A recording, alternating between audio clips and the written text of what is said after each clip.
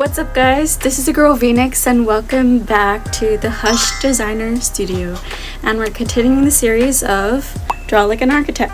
But we gotta learn the basics first, which is using one of these bad boys. With not too much chit chat, let's get on to the video. The first thing you need to know is the format of an architect scale. This is important, and please note, there's imperial scale and metric scale. Imperial scale, mainly used in the US and to some extent Canada. This is also known as the British imperial system, which uses units like inches, feet, miles, pounds, and so on. It's historically used in the UK. I believe that they're using metrics now. So if you're attending architecture school or practicing in the US, that's what we mainly use. Imperial scale. An example of imperial scale is a quarter would equal 1 foot in real life. Metric scale is standard in other countries.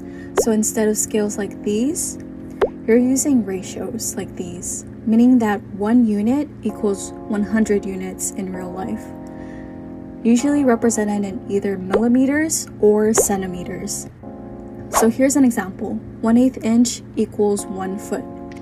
So these clustered ticks represent 1/8 inch. Again, 1/8 inch would represent 1 foot in real life measurement. The smaller ticks would represent inches. So it's basically a 12-inch ruler that's used in school, but it's scaled down.